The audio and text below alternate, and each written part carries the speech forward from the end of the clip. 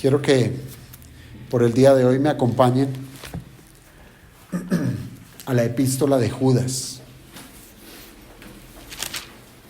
Hemos venido estudiando el Evangelio de Juan, pero hermanos, yo creo que es muy necesario que nosotros aprendamos a adorar a nuestro Dios. Debemos aprender a que respondamos a Dios de la manera correcta conforme a lo que Él ha hecho a nuestro favor. Y por eso es que vamos a dedicar este tiempo de instrucción, de predicación, desde la epístola de Judas los últimos 2 versículos, en la doxología. Judas, allá donde esas hojas quizás están bien pegadas porque la Biblia pareciera que todavía está nueva. Judas, una de esas cartas quizás muy escondida en el Nuevo Testamento, pero allí está presente para hablarnos. Así es que busquemos, hermanos, con diligencia, carta de Judas, versículos 24 y 25. Dice la palabra del Señor: y aquel que es poderoso para guardaros sin caída y presentaros sin mancha delante de su gloria con gran alegría, al único y sabio Dios, nuestro Salvador, sea gloria y majestad, imperio y potencia, ahora y por todos los siglos. Amén. Podemos tomar asiento, amados hermanos. Hoy nos reunimos alrededor de este par de versículos. Y si usted ha seguido la lectura de una manera cuidadosa, usted se va a dar cuenta que hay 2 elementos en particular en estos 2 versículos. Primeramente, lo que somos en Cristo Jesús. Primeramente, lo que Dios ha hecho para nosotros. Y no solamente lo que ha hecho, sino lo que seguirá haciendo y lo que hará. Y esto ha de redundar en una sola cosa: alabanza. Alabanza. Por eso en esta mañana yo les decía a ustedes, ¿para qué venimos a la iglesia? ¿Cuál es la intención de nosotros congregarnos? Y no puede ser otra, amados hermanos, que reflexionar cuando menos en 2 cosas: en lo que somos, lo que Dios ha hecho y lo que ahora debemos nosotros retribuirle por lo que Dios ha dicho y hecho. Así es que, amados hermanos, el día de hoy nos adentramos a una doxología. Yo no sé si alguno de nosotros aquí presentes tenemos claro lo que significa eso, una doxología. Pero bueno, previo a entender lo que es una doxología, que es este par de versículos, quiero entrar en contexto a lo que Judas ha estado hablando en esa pequeña carta. Es una carta muy pequeña, pero es contundente. Es una carta donde Judas lo que hace es exhortar a la iglesia y animarla en tiempos muy difíciles. Y uno puede decir, es una carta que es actual. Es una carta que realmente tiene que ver con la iglesia de nuestros días. Judas hace mención que en esos días han entrado personas con un ánimo de querer destruir la iglesia del Señor. Y no hay manera más fácil que destruir la iglesia que trayendo herejías. Y cuando hablamos de una herejía, estamos hablando de enseñanzas que van en contra de la verdad. Y debemos estar muy bien preparados, amados hermanos. Y si usted lo nota bien, dentro de la doxología está esa promesa de parte de nuestro Dios, de que Él es poderoso para guardarnos sin caída. Y Él nos está diciendo que Él guardará a su pueblo de los falsos maestros, que Él guardará a su pueblo de los falsos predicadores. Así es que, amados hermanos, esta porción que tenemos hoy por delante, como bien les decía, es lo que se conoce como una doxología. En pocas palabras, una doxología es una alabanza. Es una alabanza a Dios que nace del conocimiento de quién es Él. Y mírenlo usted, al único y sabio Dios, nuestro Salvador, sea la gloria, majestad, imperio, potencia, ahora y por todos los siglos. Y yo le pregunto a usted, al día de hoy, ¿usted conoce verdaderamente a Dios? ¿Usted lo conoce como el Dios sabio? ¿Lo conoce como su Salvador? ¿Lo conoce como aquel que tiene majestad? ¿Lo conoce como aquel que es dueño del imperio y potencia? Porque si usted no conoce a Dios, ¿qué adoración va a rendir a Él? ¿Qué va a rendir a Él? Porque la alabanza, la adoración nace, escúcheme bien a esto, y si es lo único que usted se va a llevar hoy para su casa, que sea esto. Lo único que nos permite alabar a Dios es lo que brota, lo que ha nacido, lo que ha producido el conocimiento que tengamos de Él. Por eso es tan importante que la iglesia de Dios sea instruida una y mil veces en la palabra del Señor. ¿Qué es doxología? La palabra doxología proviene de una palabra griega y es una palabra compuesta. La primera parte de la palabra es doxa, y esa palabra doxa significa gloria, es traducida como gloria, pero el significado de esa palabra significa, valga la redundancia, es fama u opinión. Eso es doxa. Eso es gloria, es fama o la opinión que se tiene de alguien. Y claro, doxología está acompañada con esa palabra logos, que ya muchos de nosotros también sabemos discernir. Logos significa palabra, ¿verdad? O conocimiento. Por tanto, lo que Judas nos está diciendo o nos adentra con una doxología, nosotros podemos decir que se trata de la fama que tiene Dios, de la opinión que se tiene de Dios. Entonces, vuelve al punto inicial. Si usted no conoce a Dios, ¿qué opinión va a tener de Dios? ¿No le parece? Usted puede preguntar en la calle, ¿quién es Dios? Y le responderán, pero van a patinar. Y le van a decir, es un ser etéreo, es Buda, es no sé quiéncito, etcétera. Le darán un sinfín de significados, y toda esa serie de significados, de respuestas, da a entender que no conocen al Dios verdadero. Y entonces, ¿cómo van a rendir adoración en aquel en quien no han creído? Entonces, si la doxología se trata de la opinión que se tiene de Dios, hay una cuestión. No se trata de cualquier opinión. No se trata de lo que a mí me parece que es Dios. Es que a mí me parece que Dios es un ser buena gente, un Dios que es permisivo, que hoy nos da carta abierta para que hagamos lo que mejor nos parece. Mire, hoy con el ruido de las redes sociales uno encuentra muchas cosas y sobre todo herejías. Había una persona, hay un pequeño clip en donde una persona decía, miren esto, y se maravillaba cómo celebridades pronunciaban el nombre de Dios ganando un reconocimiento musical. Y eran pequeños cortos de cuando la persona recibía su premio y uno decía, gracias a Dios, gracias al Señor Jesucristo, gracias a... Y me pareció interesante la respuesta de una cantante que dijo, gracias al Señor Jesucristo que nos ha permitido hacer lo que hacemos. Y sus canciones son netamente vulgares, pornográficas. Entonces, ¿podemos tener esa opinión de Dios?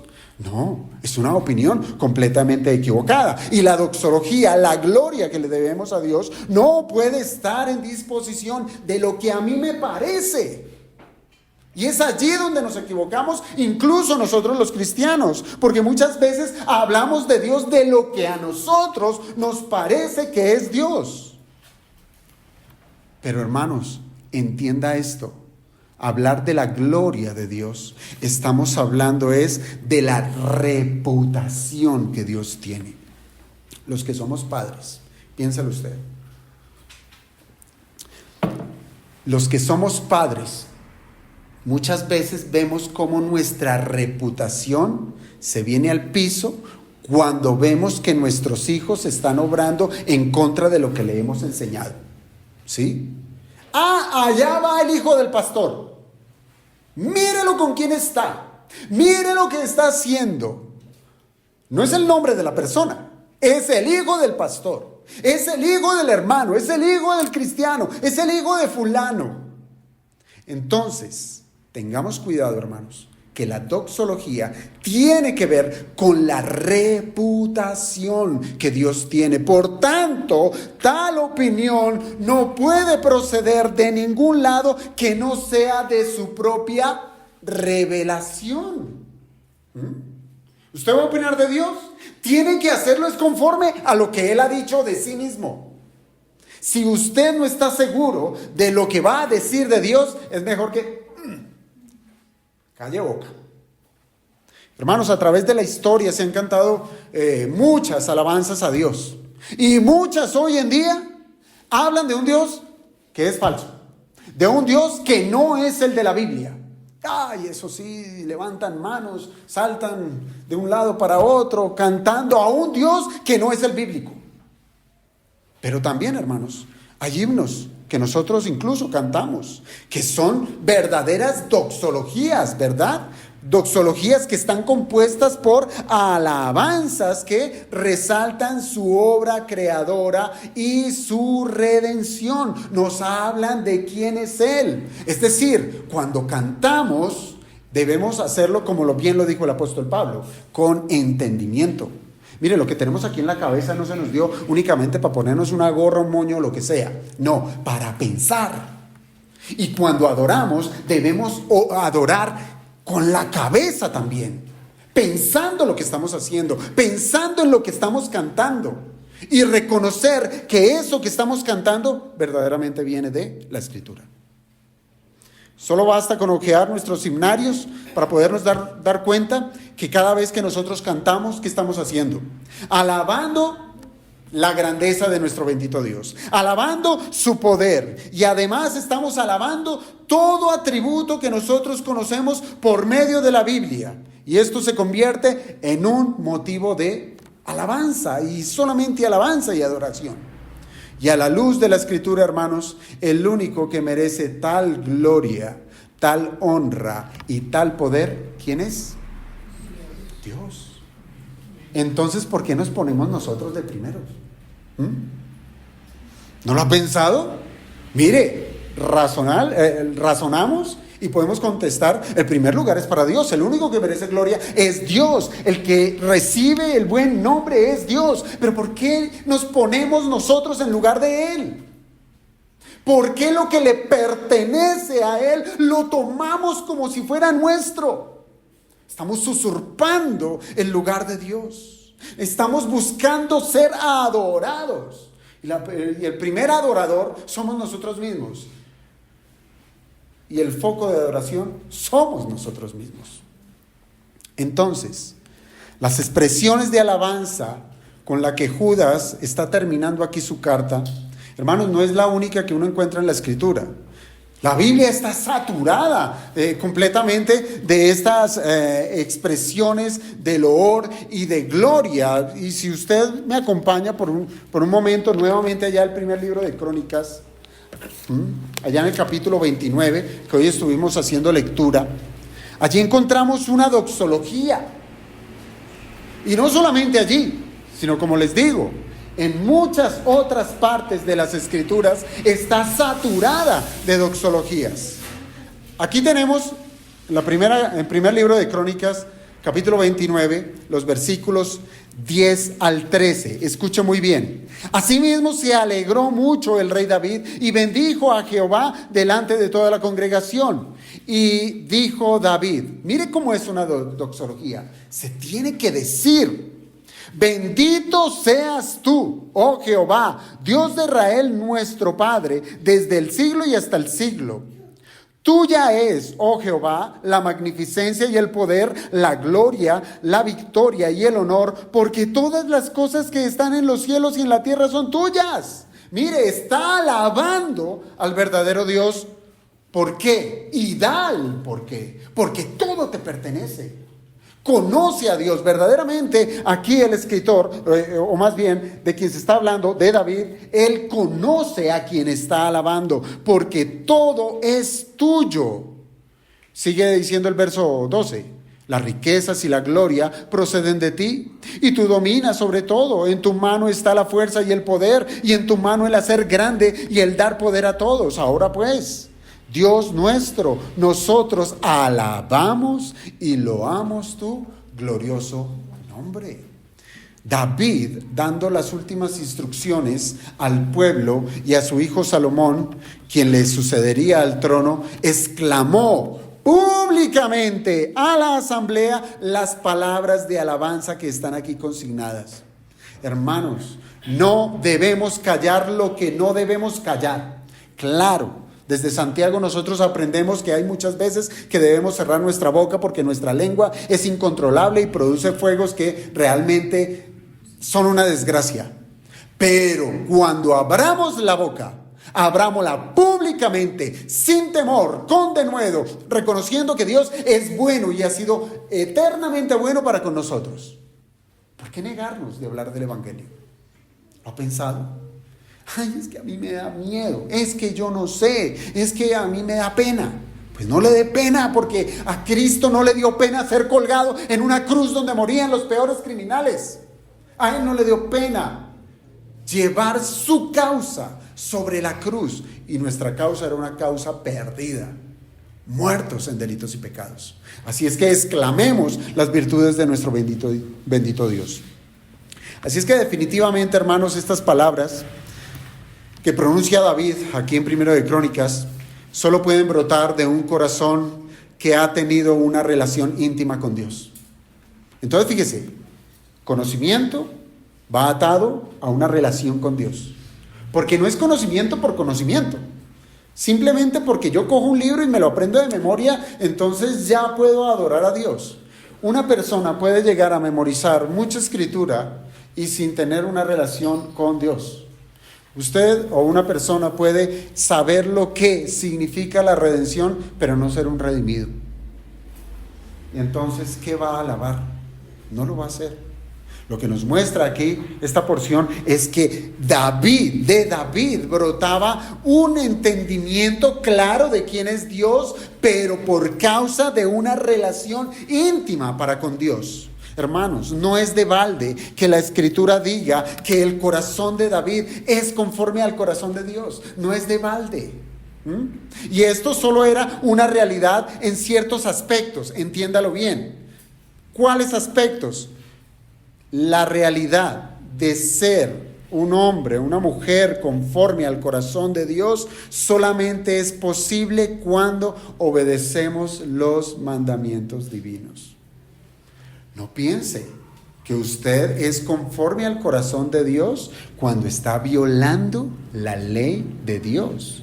Y lo aprendíamos desde Juan. El que me ama, obedece mis palabras. Esto hemos de entender que el mismo David en ciertos asuntos también manchó su vida con muchos pecados terribles, ¿verdad? Y allí él no era conforme al corazón de Dios, ¿no?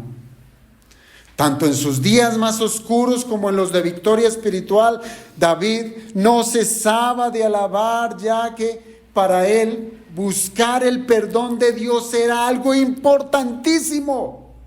O para agradar a Dios, celebrándole por todo lo que Él ha hecho en bendiciones y misericordias. Este es el corazón de un creyente. ¿Por qué? Porque nosotros como creyentes aún pecamos, ¿cierto? ¿O hay alguno aquí que no peca?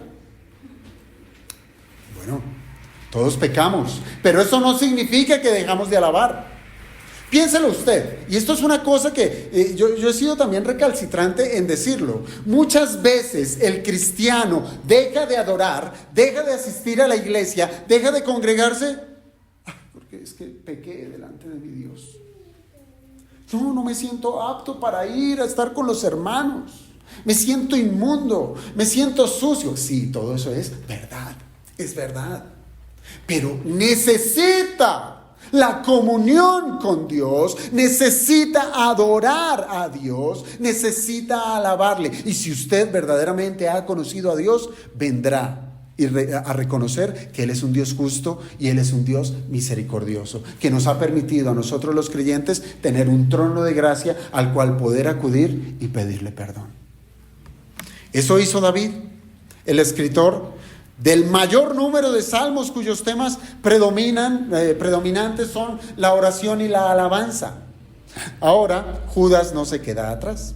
Judas no solamente al ser él un judío, porque naturalmente de raza era judío, sino que mayormente por la salvación que él recibió por medio del Señor Jesucristo, él conocía la importancia de exaltar a Dios en todos sus caminos.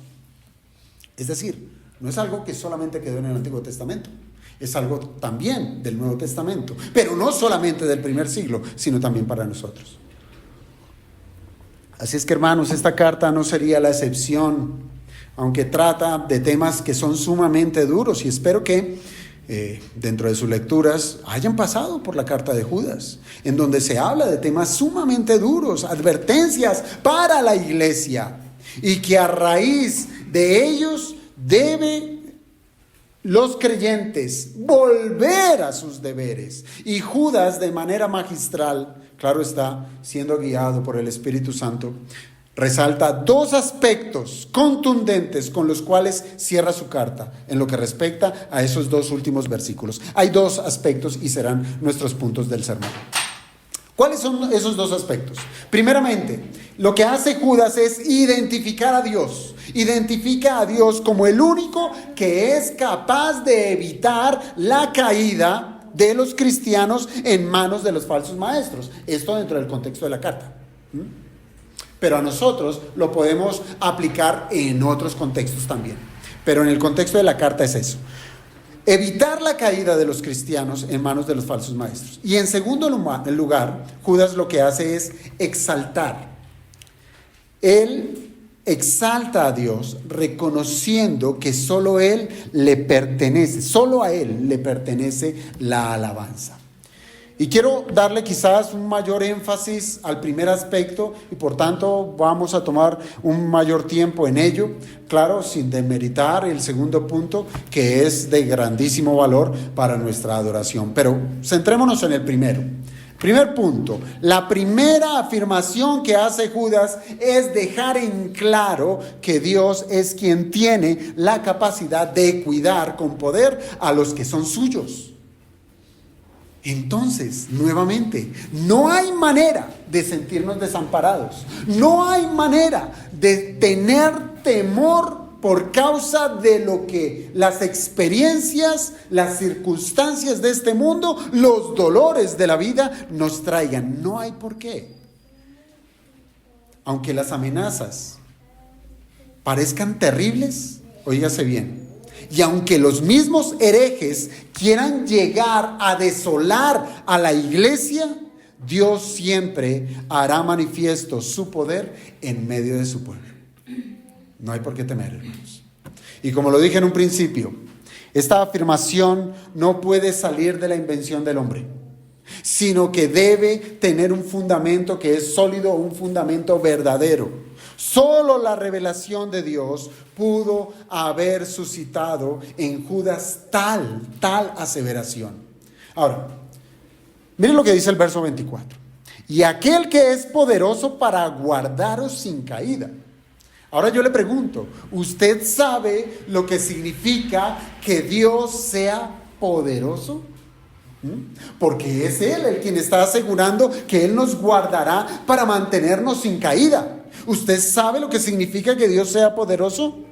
Arthur Pink define el poder de Dios de esta manera, abro comillas. Él dice que el poder de Dios es la facultad y la virtud por la cual puede hacer que se cumpla todo aquello que le agrada. Todo lo que le dicta su sabiduría infinita. Todo lo que la pureza infinita de su voluntad determina. Hermanos, Si pudiéramos reducir más el pensamiento de Pink, pudiéramos decir que se trata de la capacidad de hacer lo que Él quiere. Eso es poder. La capacidad de que Él haga lo que Él quiere. Efectivamente, hermanos, la Biblia enseña a lo largo y ancho de ella cómo Dios ha hecho siempre su voluntad. ¿O usted ha encontrado algún pasaje en donde su voluntad ha sido quebrantada en el sentido de que no pudo hacer algo que Él quería hacer? No, Él siempre ha hecho su voluntad. Si no fuera por su poder, todas las promesas y misericordias no podrían ser cumplidas. Y aún el cumplimiento de esas obras que Él mismo prometió, nos dan a nosotros una paz en la cual podemos descansar. Porque tenemos ya el conocimiento de que todo lo que Él ha dicho se ha cumplido. Y lo que Él ha dicho y está por cumplirse, entonces ¿qué? ¿Se cumplirá? ¿Se cumplirá? La Biblia, hermanos, sí habla acerca de los cumplimientos de lo que Dios ha hablado, de lo que Él ha dicho que Él hará. Lo habla claramente. Esto es lo que se conoce como su decreto. Hay quienes lo han hablado de una manera plural, sus decretos, y está bien. Y nos deja esto saber que podemos confiar en Dios, que Él cumple lo que promete. La primera evidencia de su poder, ¿cuál fue? La creación, hermanos, la creación. Una vez Dios habló, ¿qué pasó? Todo fue hecho. Los cielos y la tierra, todo lo visible, todo lo invisible, de la nada lo creó Dios. Así es que ese título de Todopoderoso fue usado por Él mismo. A nadie se le ocurrió decir, me parece que Dios es todopoderoso. No, Él se manifestó a la humanidad como el Todopoderoso. Él se reveló a los antiguos. Él se reveló así a los hombres en el Antiguo Testamento. Se reveló como el Todopoderoso a Abraham, se reveló como el Todopoderoso a Moisés, y aún en el Nuevo Testamento, el apóstol Juan en el Apocalipsis, allí el Señor se da a conocer como el Todopoderoso, siempre con el propósito de revelarse como aquel que todo lo puede. Todo lo puede. Él es nuestro Dios. Piénselo así. Él es todopoderoso. Él es aquel que sacó con brazo poderoso al pueblo de Israel de una esclavitud de 400 años, ¿cierto? ¿Se imagina? Un pueblo cautivo por 400 años y viene Dios y los liberta de una manera asombrosa. Hermanos, los egipcios eran una nación sumamente poderosa que no estaban dispuestos de dejar libres al pueblo de Israel. Pero vino Dios con su gran poder y desafió a todas sus deidades paganas. Y aquel que con poder sacó al pueblo de Egipto es aquel que con el mismo poder resucitó de los muertos a nuestro Señor Jesucristo. ¿Cómo lo ve? Y con ese mismo poder le dio autoridad al Señor Jesucristo, le dio dominio y hasta le dio esa disposición que durante el tiempo toda la autoridad sería puesta sobre Cristo hasta que todos sus enemigos, los enemigos de Dios, fueran puestos bajo sus pies. Este mismo Dios todopoderoso que hizo el cielo, la tierra, que hizo milagros maravillosos, que venció la muerte, ese mismo Dios todopoderoso, dice acá la Escritura, nos guardará sin caída. Nos guardará con su poder, nos presentará delante de Él. Es Él que con su poder nos presenta delante de Él y de una manera como ninguna, sin mancha y con algo que parece que hemos perdido, la alegría. Él es poderoso. Ahora, dentro del plan soberano de Dios está el permitir algunas cosas que en el corto razonamiento del hombre natural le ha llevado a dudar del poder de Dios.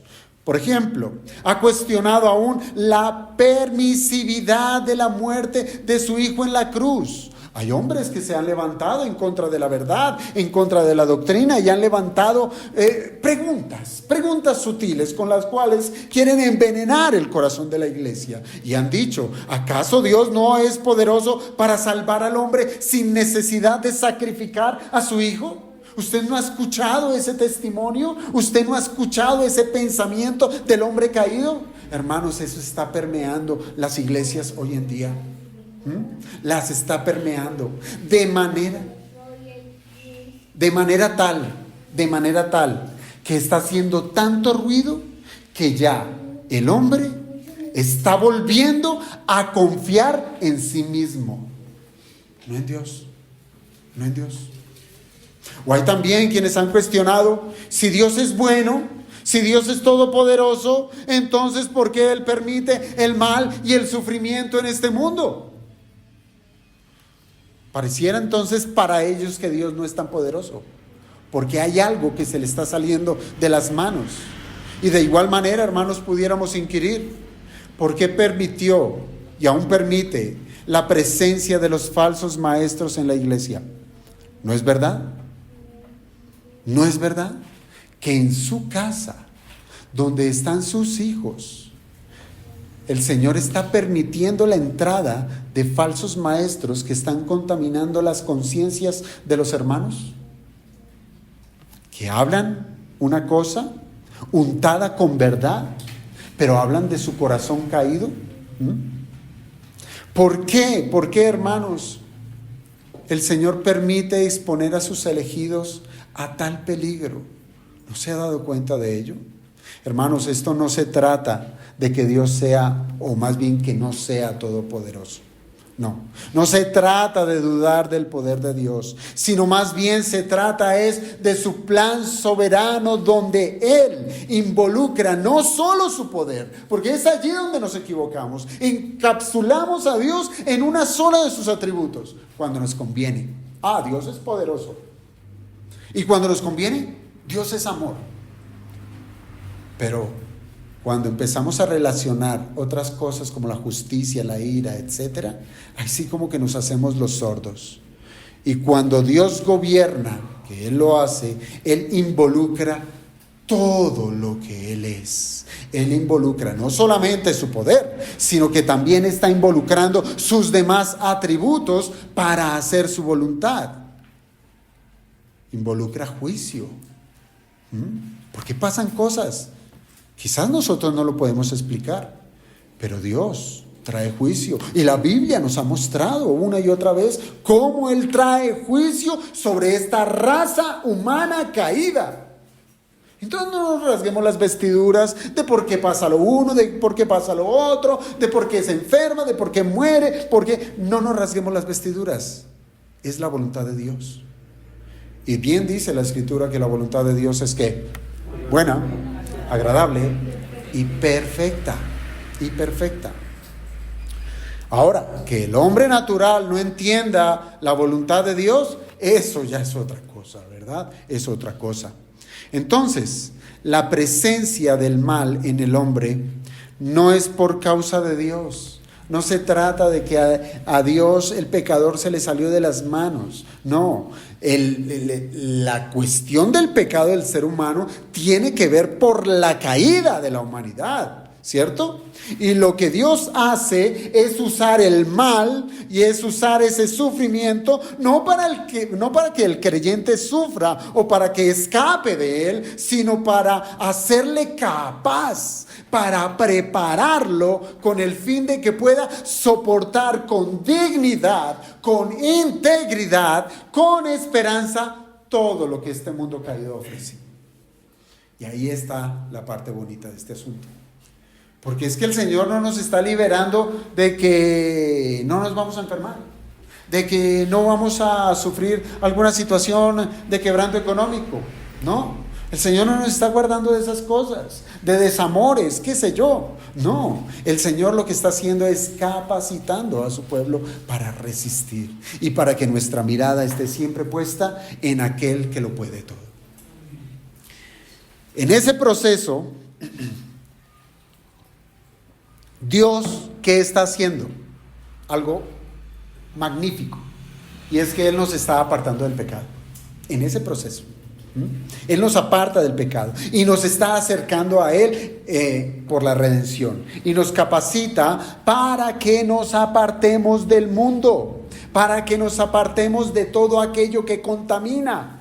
Y que, por el contrario, seamos santificados. Y nos equipa con un único propósito. Y es de ser llevados al cielo con una dignidad. ¿Cuál? La que nos presenta aquí. Que estemos sin mancha. Que estemos sin arruga delante de Él. Yo le pregunto, ¿acaso esto no es único en un Dios que es todopoderoso, que aún utiliza lo malo para beneficiarnos a nosotros? Dios es bueno, muy bueno.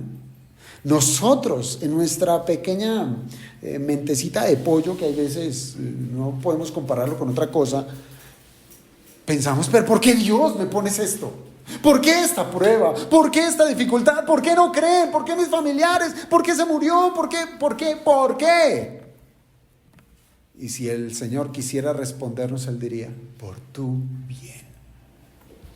Por tu bien.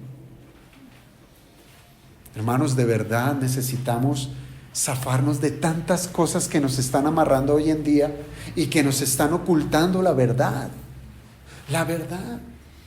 Y tenemos que venir a aquel que es Dios verdadero y Dios todopoderoso y que todo lo que hace lo hace para nuestro bien. Ahora, a pesar de las circunstancias, porque no podemos negar las circunstancias. ¿O hay alguno acá que tenga una vida perfecta? Que no tenga quebrantos de salud, que no haya visto partir a sus familiares a la otra vida. ¿Sí? Hay alguno de los que están aquí que cuando sale a la calle y se monta en su carro y alguien lo cierra, ¿no le pasa algo como por su ser que lo transforma y lo vuelve una persona completamente desagradable delante de Dios? No hay ninguno, hermanos. Todos sufrimos de eso. Todos sufrimos de eso. Pero a pesar de las circunstancias, dice aquí la Escritura que Dios nos guardará sin caída. Esta es una doctrina que es abiertamente enseñada en la Biblia, donde aquel que nos ha salvado por su gracia, dice la palabra que Él también nos sostendrá por ella, por su gracia. ¿Hasta cuándo? Hasta el fin de los tiempos, hermanos. Hasta el fin de los tiempos. En palabras del apóstol Pablo, nosotros podemos decir que de esta doctrina, el apóstol Pablo dijo, estando persuadido de esto, que el que comenzó en vosotros la buena obra, ¿qué pasa?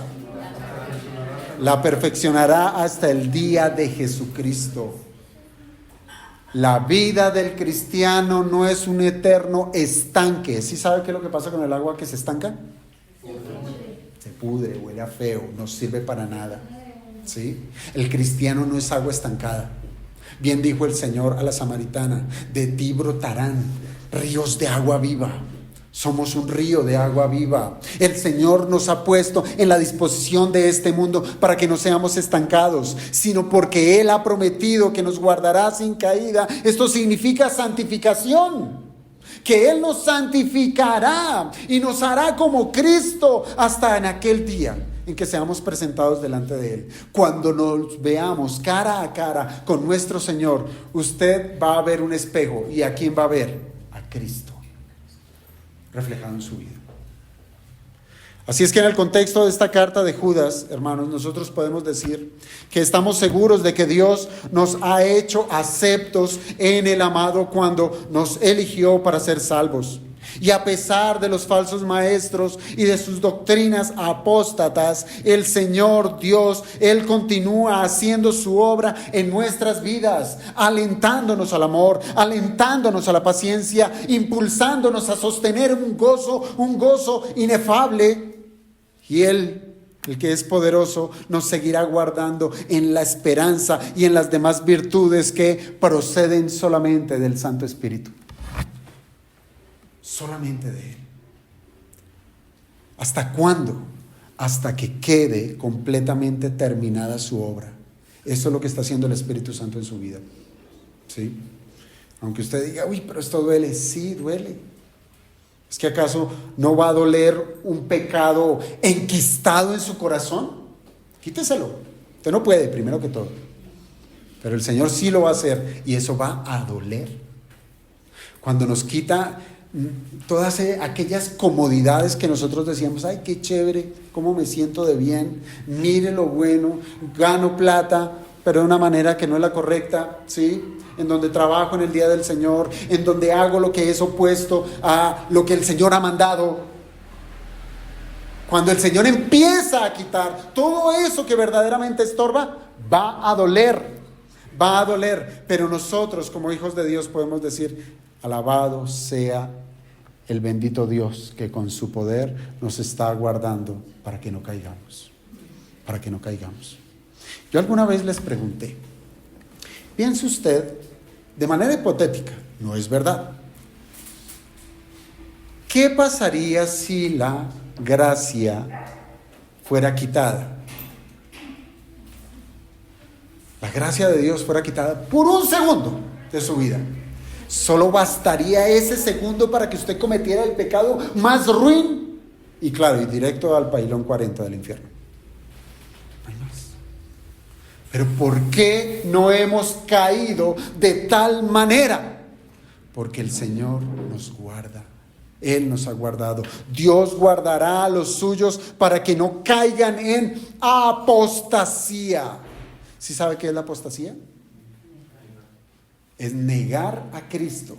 Conoció a Cristo y ahora lo niega. Es como lo dice Juan. Estuvieron con nosotros, salieron de nosotros. ¿Por qué? Porque no eran de nosotros.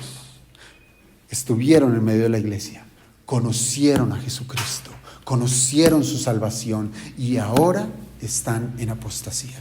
Pero el Señor para los suyos, para nosotros, nos guarda para que no caigamos en ello. Caída. ¿A qué le suena esa palabra caída? Porque eso es lo que promete acá. Y aquel que es poderoso para guardarnos sin caída.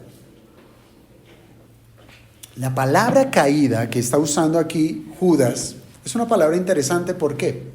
Usualmente el predicador, usualmente el estudiante de la Escritura, lo que hace es tomar una palabra y empezar a comparar en otras porciones de las Escrituras para traer más luz de lo que significa esa palabra y traerla al contexto. Pero lo que pasa con esta palabra caída que usa Judas, solo él la usa. Es la única vez en el Nuevo Testamento y es una manera en donde es una palabra específica. Y lo que hace es expresar el cuadro que es parecido al de un animal que está firme o que va caminando por una senda, pero por una senda llena de obstáculos, como piedras, como ramas caídas, etcétera. ¿Sí? Etcétera. Esa es la ilustración que nos trae el entendimiento de esta palabra. Y eso es la vida del cristiano. Bien dijo el Señor, que el camino nuestro, ¿cómo es? Angosto. ¿Sí? Claro, cuando todos, ¡ay, qué alegría!, ¿no? Cabemos, que pollo, caben mis gustos, caben mis pasiones, cabe todo lo que yo quiero. No, el camino del cristiano es así. Y por eso se hace tan difícil, hermanos. ¿Sí? Por eso yo, como ser humano, yo entiendo, hermanos, que muchas veces guardar el día del Señor es un asunto que hay veces se vuelve difícil. Porque es que nosotros venimos caminando así. De aquí para allá, lo uno, lo otro. Pero cuando el Señor dice, 6 días tendrás para ti. 6. Pero un día es mío. Es mío. No lo profanes.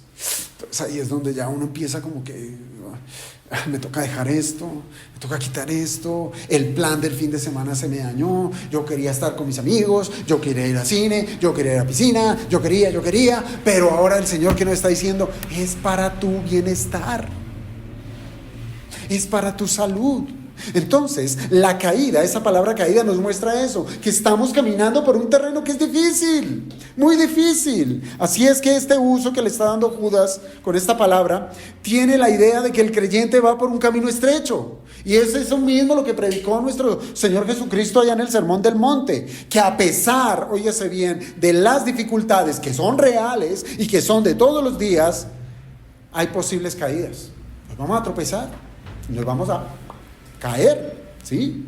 Pero Dios, el que es poderoso, nos levantará. Él nos levantará y nos mantendrá firmes por esa senda que lleva ¿a dónde? A la gloria. Y cuando hablamos de gloria estamos hablando de Dios. ¿Sí? No digamos, ay no, nos llevará al cielo como si, ay no, por fin vamos a descansar de todo esto. No, nos llevará directo, sí vamos a descansar, porque ese es el reposo del que habla la Escritura, del que es prometido desde el Antiguo Testamento, el reposo que tenemos en Cristo Jesús en la eternidad. Hermanos, en un ambiente de tanto pecado, no solamente de pecado, sino que de errores doctrinales, bueno, igual son pecado, ¿cierto?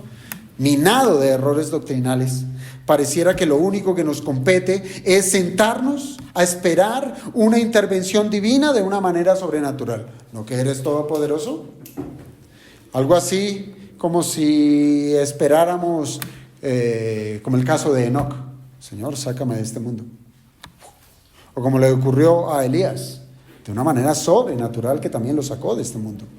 Y muchas veces nosotros como cristianos podemos llegar a conciliar la idea: Señor, ya no hay nada más que hacer sino sácame de aquí. Sácame de este mundo hostil. Yo pregunto, ¿es posible? Sí, es posible, porque Dios es todopoderoso y lo ha demostrado en su palabra. Pero hermanos, Dios nos ha revelado todo lo que nosotros necesitamos para ser guardados sin caída. Fácilmente, nosotros somos así facilistas, nos gusta la puerta de escape, ¿sí? Ya estoy hasta aquí, estoy cansado, no quiero más, abro la puerta y sácame de aquí. Pero el Señor nos dio capacidades. Cuando el Señor nos salva, nos da, piensa en el soldado, ¿sí? Que le dan una mochila y no es una carterita así, que se la pone aquí al lado, no, le dan una mochila donde lleva un equipamiento para cualquier circunstancia. Eso ha hecho el Señor. Nos ha dado todo lo que necesitamos para ser guardados sin caída. Piense usted, por ejemplo, cuando el apóstol Pablo enseñó acerca de la armadura. ¿De quién? ¿La armadura de quién? Del cristiano, ¿cierto? Y en esa armadura está, yo le pregunto, ¿está hecha por mano de hombre? No, es una armadura que está hecha por la mano poderosa de Dios. Es una armadura que Dios provee para que nosotros seamos guardados del día malo. Ah, del día malo. ¿Cuál es el día malo? ¿Cuál es su día malo? Ah, el lunes. A mí el día malo es el lunes, ¿sí? No, el día malo es cuando el 29, porque ya estoy en los rines, no tengo plata. ¿Sí? ¿Cuál es el día malo? Hermanos, el día malo para el cristiano son todos los días. ¿No dijo el Señor? Dijo, todos los días son malos. ¿Sí? Así es que para qué nos preocupamos por qué va a pasar mañana, pasado mañana. Hágale frente a este día que es malo. Entonces, hermanos, el Señor nos ha dado lo necesario para guardarnos del día malo. Y Judas también nos lo ha enseñado de esta manera. Ahora, la pregunta es, ¿realmente queremos resistir al mundo? Porque ahí está el punto, ¿sí? Claro, el panorama es este: mundo hostil, ¿cierto? Satanás gobierna, ¿sí? Príncipe de este mundo. Tenemos un corazón caído, que le gustan cosas que no son de Dios, ¿sí? Estamos allí, en una jungla, ¿sí? Pero el punto está: ¿vamos a darnos al paso de reconocer que Dios nos ha capacitado para hacerle frente a ese mundo hostil? ¿O realmente lo que estamos resistiendo es la provisión de Dios, porque es que a mí me gusta lo que hay en el mundo? ¿Sí me van a entender? Porque ahí está la dualidad, ¿sí? La disyuntiva de lo que es nuestra vida. O vivimos conforme a la voluntad de Dios, o vivimos conforme a nuestro corazón. Es que yo voy a hacer como yo quiero, o yo voy a hacer como Dios quiere. O más bien, ¿nos vamos a resistir al mundo? ¿O nos vamos a resistir a Dios? En la carta de Santiago encontramos precisamente eso, ¿sí? Dice la Escritura, que el que quiera hacerse amigo del mundo se hace enemigo de Dios. No hay, hermano, no le vea la sutileza, ¿sí? De decir, pero el Señor entenderá que esto que estoy haciendo es porque necesito unos pesos. Sí, pero es que lo que está haciendo es ilegal. Pero es que el Señor sabe que yo tengo necesidad y Él me quiere bendecir. No, si usted es amigo del mundo, se hace inmediatamente enemigo de Dios. No hay vuelta atrás.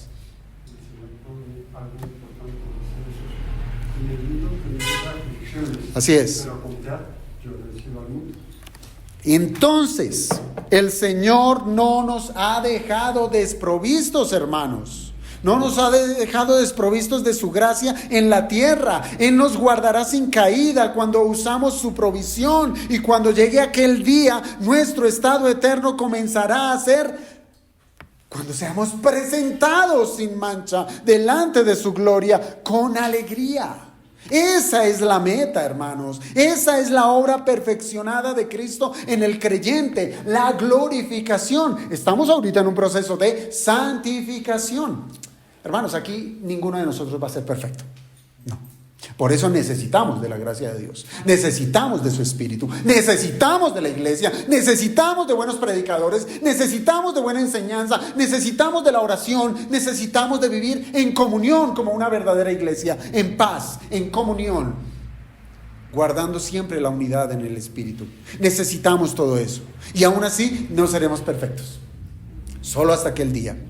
El día de la glorificación. Y la glorificación es la etapa final del plan de salvación, donde los cuerpos de los creyentes en Cristo, tanto los vivos como de los muertos, serán transformados en su venida. Y el final de este verso 24 es un contraste, hermanos, con el versículo en los que Judas ha hecho mención del justo juicio de los impíos. Por ejemplo, el verso 13, voltea ahí una hoja allí en Judas, el verso 13. Allí nos habla, y Judas ha estado hablando precisamente de esos juicios a los impíos. Él dice, está reservada eternamente la oscuridad de las tinieblas. ¿Para quién? Para los impíos, ¿verdad? Y en palabras del profeta Daniel, los impíos serán resucitados. ¿Para qué? Para vergüenza y confusión perpetua. Pero, hermanos, para el creyente será otra su realidad. Será puesto en pie delante de la gloria de Dios, transformado y aprobado. Judas, al usar la expresión presentaros sin mancha, él lo que está queriendo decir es que sus elegidos, los elegidos para salvación, y que efectivamente fueron salvos por la gracia de Dios por medio de la fe en el Señor Jesucristo, van a estar delante de Dios sin hallarse en ellos culpa alguna. Tremendo. Piense, por ejemplo, sin mancha, ¿sí? Sin mancha es una expresión que es usada frecuentemente en el Antiguo Testamento. Y así es como nos vamos a presentar delante de Dios. Pero recuerde muy bien, el Antiguo Testamento nos fue dado a nosotros para que tengamos una luz de manera didáctica de lo que Dios ha hecho. Sin mancha es una expresión que lo usa el Antiguo Testamento dentro del contexto del sistema sacrificial del pueblo de Israel. ¿Lo recuerda? Dios demandaba al pueblo que presentaran sacrificios de animales que deberían ser sin mancha, es decir, sin defecto. Y así es como nosotros seremos presentados delante de Él. ¿Esto qué quiere decir? Que todo lo que se presente delante de Dios no debe tener defecto alguno. Eso era lo que estaba enseñando el Señor en el Antiguo Testamento.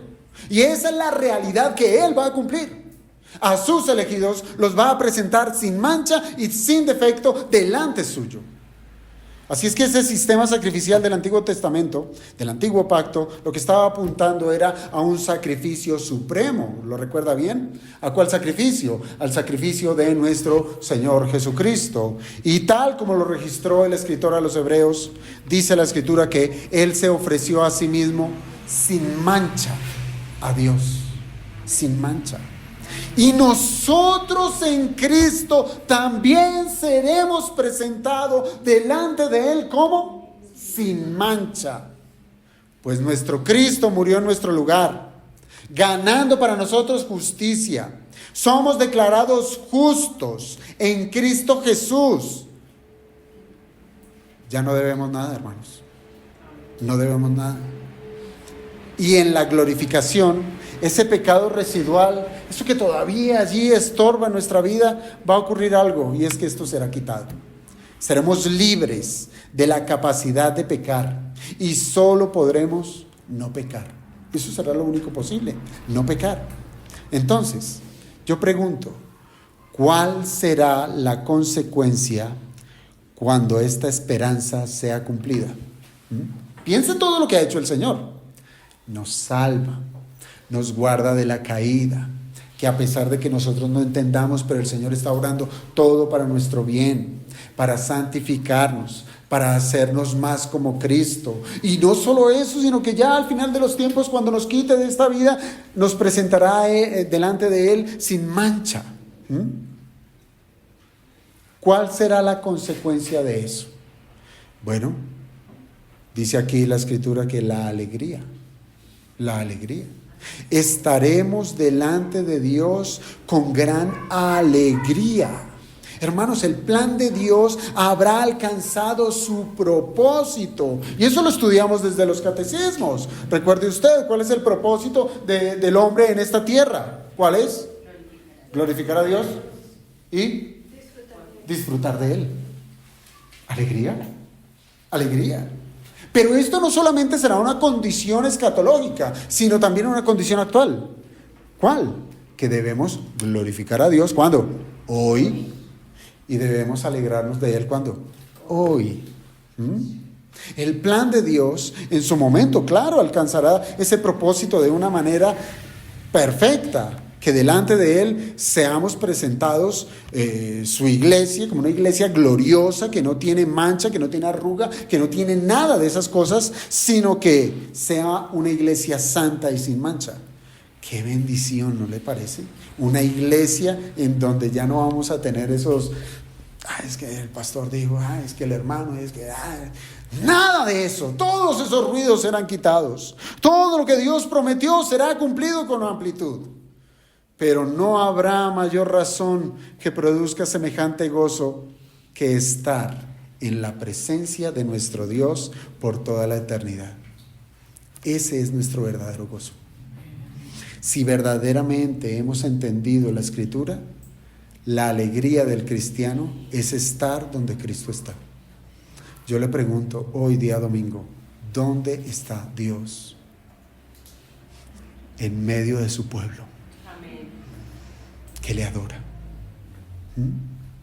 La alegría que nos presenta aquí Judas es aquella que nos esperará en un futuro. ¿Esto qué quiere decir? Esto quiere decir que mientras tanto no vamos a disfrutar de tal alegría. No, hermanos. Nuestro Señor enseñó que cuando un pecador se arrepiente en esta vida, en este mundo, ¿qué ocurre en el cielo? Hay gozo.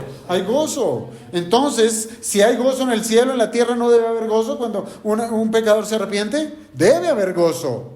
Así es que esta reflexión, hermanos, nos debe llevar a vivir en esta tierra lo mismo que se experimenta en el cielo, que desde nuestra salvación, al ser perdonados nuestros pecados, estaremos gozosos por esta nueva vida que hemos recibido en Cristo, y que mantengamos dentro de nuestro corazón ese gozo vivo de poder confiar en la bendita esperanza que está guardada para nosotros en la eternidad. Entonces no veo la manera de por qué vivir con tristeza en este mundo. Debemos estar felices por lo que el Señor ha hecho. ¿Y esto en qué resulta, hermanos?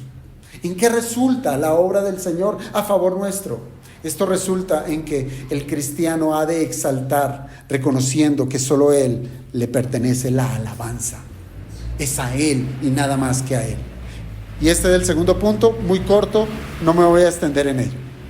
Después de esto, hermanos, no queda más que palabras de júbilo, no queda más que palabras de alabanza para nuestro grandioso Dios. Por eso yo les digo, cuando usted viene el día domingo, usted lo que tiene que venir pensando y remembrando en su cabeza es lo que Cristo ha hecho. Lo cantábamos hoy. ¡Qué bella historia! ¿Qué hizo Cristo a mi favor? Nos ha amado de una manera insuperable. Y esto debe redundar en que domingo a domingo venimos a celebrar a nuestro amado Salvador con alegría, con júbilo. Al único y sabio Dios, nuestro Salvador, sea gloria y majestad, imperio y potencia, ahora y por todos los siglos. Amén. Así cierra esta carta. Y esta parte de la doxología comienza dejando en claro varias cosas, pero cerrado en una sola palabra es en el conocimiento de Dios. En el conocimiento de Dios. ¿Qué es lo primero que nos dice? Que hay un solo Dios, ¿cierto? Al único y sabio Dios, ¿verdad? Hay un solo Dios. Y esto está haciendo eco de las palabras del Antiguo Testamento, más exactamente del libro de Deuteronomio. La Shema, oye Israel, Jehová nuestro Dios, Jehová uno es. Allí lo tenemos. El único Dios. Esta declaración refleja el credo del pueblo de Israel en su momento. Credo que era ajeno al de todas las naciones gentiles. ¿Por qué? Porque las naciones gentiles tenían muchos dioses. Ellos no tenían al Dios único. Ellos era dioses en multitud, elaborados por manos humanas. Y su esencia era la imaginación del ser humano. Esos dioses llegaron a ser adorados por el pueblo de Israel. Esa fue la gran tragedia. Y trajeron gran ruina y juicio para ellos. Ahora aquí Judas lo que busca es imprimir en el corazón de los creyentes que nuestro Dios, aquel que es poderoso para guardarnos sin mancha, sin caída, seamos presentados delante de aquel Dios que es único. Nuestra adoración, hermanos, esto implica que nuestra adoración no puede ser compartida con nadie. Usted no puede compartir la adoración. Mire todo lo que hace Dios por usted.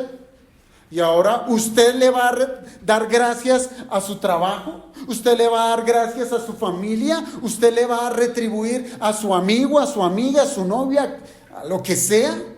¿Sí? No. El que ha recibido tanto de Dios, hoy viene el día domingo y le celebra. Y le adora. Pero pareciera que en nuestros días Dios no es el único, sino también hay un Dios que, esto lo hemos hablado desde nuestros estudios de la ley moral, hay un Dios que está incrustado en el corazón del hombre, y es el yo, el ego. Estoy primero yo. Está primero mi familia, está primero en mis negocios, el yo, como si todo eso le hubiese traído la salvación a su vida. ¿Usted puede creerlo? ¿Puede creerlo? ¿Se cree que todo eso le trajo salvación a su vida? Bien dijo el Señor, no, ninguno puede servir a dos señores. ¿Por qué? Va a aborrecer a uno y al otro lo va a amar. Va a estimar al uno y al otro lo va a menospreciar. No podemos servir a Dios y a Mamón. También lo dijo el Señor, si alguno viene a mí y no aborrece a su padre y madre y mujer e hijos y hermanos y hermanas y aún también su propia vida, no puede ser mi discípulo. Por eso en Juan encontramos que algunos de los discípulos dijeron, palabra dura es esta. ¿Quién la podrá cumplir? ¿Quién la podrá obedecer? ¿Sabe quién? Los que han sido capacitados, los que han sido salvados, porque Dios le ha dado todo lo necesario para que resistamos en este mundo sin caída. Dios es nuestro Salvador, también dice acá, ¿cierto? Al único y sabio Dios, nuestro Salvador. Esto nos indica que efectivamente Dios es quien salva. Y aunque aquí Judas lo que hace mención es retribuirle la salvación a Dios como a Dios Padre, no significa que Cristo no sea Salvador. No, por el contrario, lo que nos está exclamando es que la unidad de la Trinidad es la que salva. Es Dios, sí, quien nos liberó de la esclavitud del pecado, nos redimió de la culpa, y como si fuera poco, vamos a ser glorificados por su gran poder. Y Él, por tanto, lo merece absolutamente todo. Ahora, aquí sigue diciendo, sea la gloria y majestad, imperio y potencia. ¿Esto qué lleva? Nos lleva al propósito de Judas de mencionar todo lo que ha dicho en este corto versículo, que todo lo que Dios ha hecho a nuestro favor ha de redundar en que busquemos conocer más y más a ese Dios que nos salvó. Miren, ninguno de los que estamos aquí presentes cuando fuimos salvos conocimos a plenitud a aquel Dios que nos salvó. E incluso al día de hoy, ninguno de nosotros puede decir que tiene un conocimiento pleno de Dios. Pero lo que sí ocurre es que la salvación que nos ha sido conferida nos pone en una posición en la cual deseamos conocerle más y más a aquel que nos salvó. Dios lo merece todo. Y ese todo lo expresa Judas en 4 atributos propios de la deidad. Es decir, necesitamos conocer a Dios, y Judas nos da 4 atributos: la gloria, la majestad, el imperio y la potencia. ¿Conocemos a Dios desde esas dinámicas? ¿Conocemos a Dios desde esas perfecciones? Esas 4 perfecciones han sido reveladas al hombre para que sean reconocibles y hagan parte de la adoración. La primera de ellas, gloria, y ya lo vimos desde un principio, viene de la palabra doxa, que significa fama u opinión. La raíz hebrea para gloria trae la idea del peso de una riqueza, lo que pesa. Así es que nosotros podemos entender la gloria de Dios como ese valor, el peso que Dios tiene, el valor incomparable.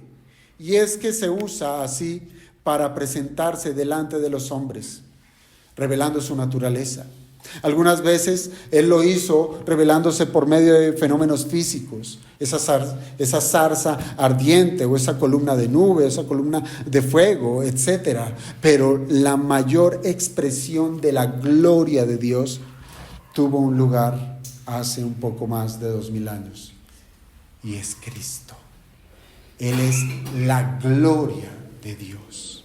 Si usted quiere saber lo que vale Dios, su buen nombre, su buena fama, su reputación, tiene que conocer a Cristo. Así es que el dar la gloria a Dios, sí, claro, es alabarle, es darle honra, es exaltarle, es celebrar sus perfecciones. En otras palabras, es reconocer su valor como el único que tiene de una manera incomparable. Ahora, la segunda perfección que encontramos es la majestad. Y hoy la cantábamos, ¿verdad? Cuando se habla de majestad, esto está relacionado directamente con la realeza. Piense usted en un reino, piense usted en ese lugar donde está allá el trono y donde se sienta un rey con toda su belleza y esplendor y todas las cosas preciosas que hay alrededor. Pero más precisamente hablar de majestad tiene que ver con aquel que está sentado en el trono, es decir, con el rey, con el rey. Y nuestro rey es el más grande de todos los reyes, por eso a él se le llama el Rey de Reyes. Así es que majestad es esa cualidad de la grandeza, y no hay nadie mayor que Dios, nadie está por encima de Él, nadie gobierna por encima de nuestro bendito Dios. Excelsa majestad. Y bien lo cantábamos, tributadle gloria y honor, traer tributo. En tercer lugar está el imperio. ¿Qué es eso del imperio? Bueno, el imperio tiene que ver como Dios como soberano, ¿verdad? Es decir, como aquel que tiene la fortaleza para controlarlo todo. Es en esa perfección en la cual también nosotros podemos hallar descanso, pues nuestro Dios y Padre, a Él es el imperio que nos ha de guardar hasta el fin de los tiempos, y Él es capaz y Él es libre de hacer lo que Él quiere, porque de Él es el imperio y Él reina sobre su creación, y Él es soberano aún sobre todo lo creado, aún sobre el peor de los impíos. Es soberano.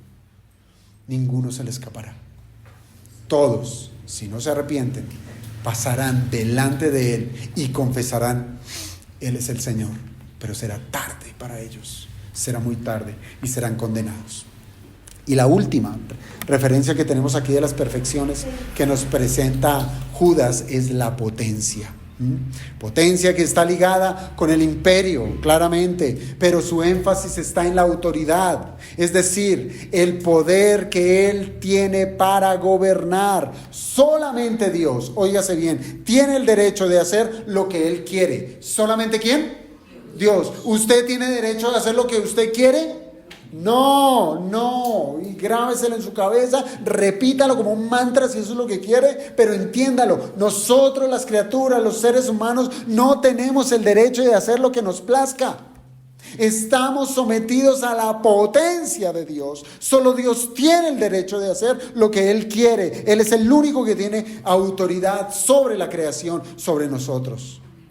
Así es que, amados hermanos, todas estas perfecciones que encontramos aquí son inherentes a un solo ser: Dios.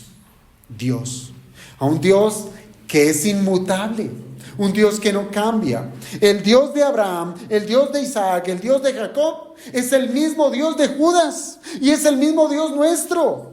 Todo lo que Él es, todas sus perfecciones que han sido reveladas en la creación y en la Biblia, deben ser para nosotros fuente de conocimiento de nuestro bendito y buen Dios. ¿Esto a qué nos lleva, hermanos? A que entendamos que necesitamos conocer a Dios. Necesitamos conocerle, no solamente de una manera intelectual, sino que debemos tener la plena convicción de que Él merece toda la alabanza. ¿Por qué? Porque así lo experimentamos, porque Él nos salvó con poder y su gloria y su gracia fue derramada a favor nuestro. Si conocemos estas virtudes, tendremos la manera de acercarnos al Señor para adorarle, para alabarle, porque Él ha hecho todo lo que para el hombre es imposible.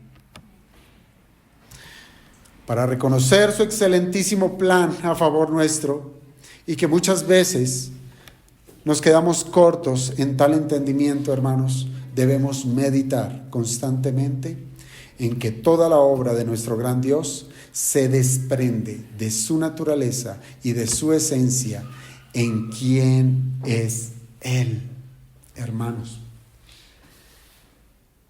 Como el contexto de esta carta son los falsos maestros, esto nos debe llevar a que seamos sumamente cuidadosos en adentrarnos en lugares donde no nos enseñen a Cristo, donde no nos enseñen al verdadero Dios. Para terminar, debemos reflexionar en que la carta de Judas es un llamado a la victoria, ¿no le parece?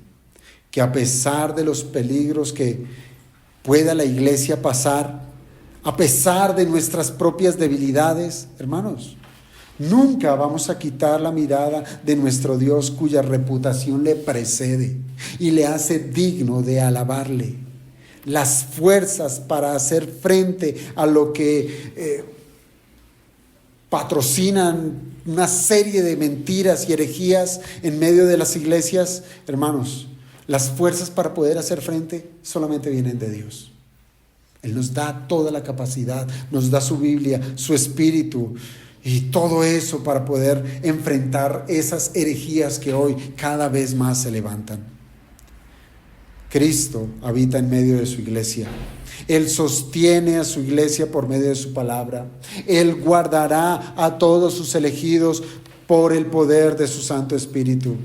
Pero, hermanos, cuando nosotros permitimos que sean nuestros oídos cerrados, nuestra agudeza espiritual empiece a menguar por causa de nuestros placeres carnales, hermanos, ahí empezamos a ceder espacio, ¿sí? A ceder, a dejar de ser columna y baluarte de la verdad. No es porque las escrituras sean insuficientes, no, por el contrario, lo que está demostrando es que nosotros estamos siendo insuficientes, que hemos cedido a la tentación, que hemos dejado de lado todos aquellos medios, todas esas herramientas que el Señor nos ha dado para hacer frente a este mundo caído. Un ejemplo. Somos tentados por todo, ¿verdad? Asediados por la tentación. Y siempre quizás vamos con esa idea derrotista. Pero Señor, ¿cómo hago para no caer en la tentación? Esto es un problema, salir a la calle, es un problema poder prender el televisor, es un problema tener un teléfono, es un problema, todo es tentación y tentación. Y nos vemos como derrotados en ello, decir, esto es como imposible, es imposible vivir en santidad. No es imposible. Bien dijo el Señor, orad para que no entréis en tentación. Pero somos tan necios y tan sordos que decimos, orar, no, yo necesito otra cosa. Esas son las dinámicas de Dios. Ese es el plan soberano de Él, que oremos, que resistamos. Dios no ha de fallar en su palabra. Él ha prometido y lo hará. Él nos va a guardar hasta el final de los días, hasta el final del mundo. Pero en este tiempo nos ha dado todo lo necesario para mantenernos firmes. Así es que, amados hermanos, si caemos, si fallamos, si no tenemos alegría, si no alabamos, es porque sencillamente hemos cogido todo el equipamiento que Dios nos ha dado y lo hemos dejado a un lado. Hemos dicho, Señor, tu yugo es pesado y no es ligera tu carga, es difícil de llevar. Y el Señor dijo todo lo contrario. Que sí, no es fácil transitar en este mundo, pero se hace fácil cuando el que va por delante es Jehová de los ejércitos. Vamos a orar, hermanos.